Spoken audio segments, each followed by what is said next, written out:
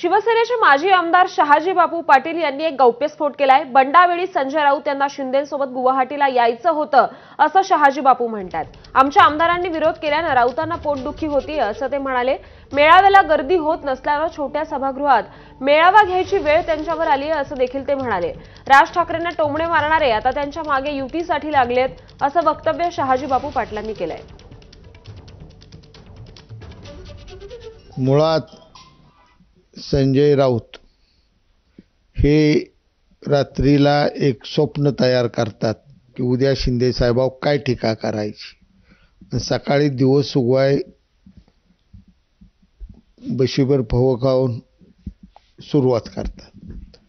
मुळात हा कुणीच काय केलेलं नाही, कोण काय करतही नाही। यांचा भ्रम असा झालेला आहे की अशा काहीतरी घडते, हा संजय राऊताचा झालेला भ्रम आहे। ज्या दिवशी शिंदेसाहेब मुख्यमंत्री झाले त्या दिवसापासून राऊताचा झळफळाट सुरू झालाय, कारण त्याला सुद्धा आमच्याबरोबर गुवाहाटीला यायचं होतं।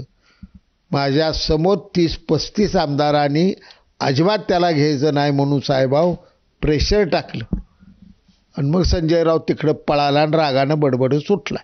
आता सुरेश चव्हाणला काय यात बोलायचं नव्हतं, त्याचं दुखणं एवढं झालं की भरत गोगाल तिथं पालकमंत्रीपद मागते। मग आपलं पालकमंत्रीपद जातं भीतं का भीतीपुटी काय तर गोगाल वाईट बोलायचं मग बोलायचं। सुरेश चव्हाण आपलं आपलं बघावं, त्यांचं हो महावन यज्ञ ही अनादिकालापासून चालत आली परंपरा। घरात एका यज्ञ घातला तर वाईट वाटायचं कारण काय ते। आता मोठा मेळावा घेणं म्हणजे चोरांचा मेळावा आणि बारका मेळावा घेणार म्हणल्यानंतर सज्जनांचा मेळावा ही नवीन व्याख्या उद्धव ठाकरेंनी राजकारणात आणली। माणसंच गोळा होत नाही ते म्हणून आपलं बारक्या कुठल्या तो हॉलमध्ये मेळावा घेतला हे बाजूलाच राहिलं का।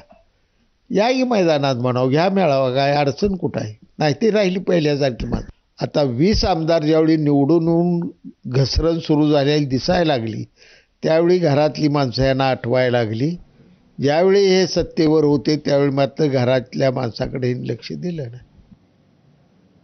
आणि आता बातम्यांचा वेगवान आढावा घेऊया महाराष्ट्र सुपरफास्ट मधून।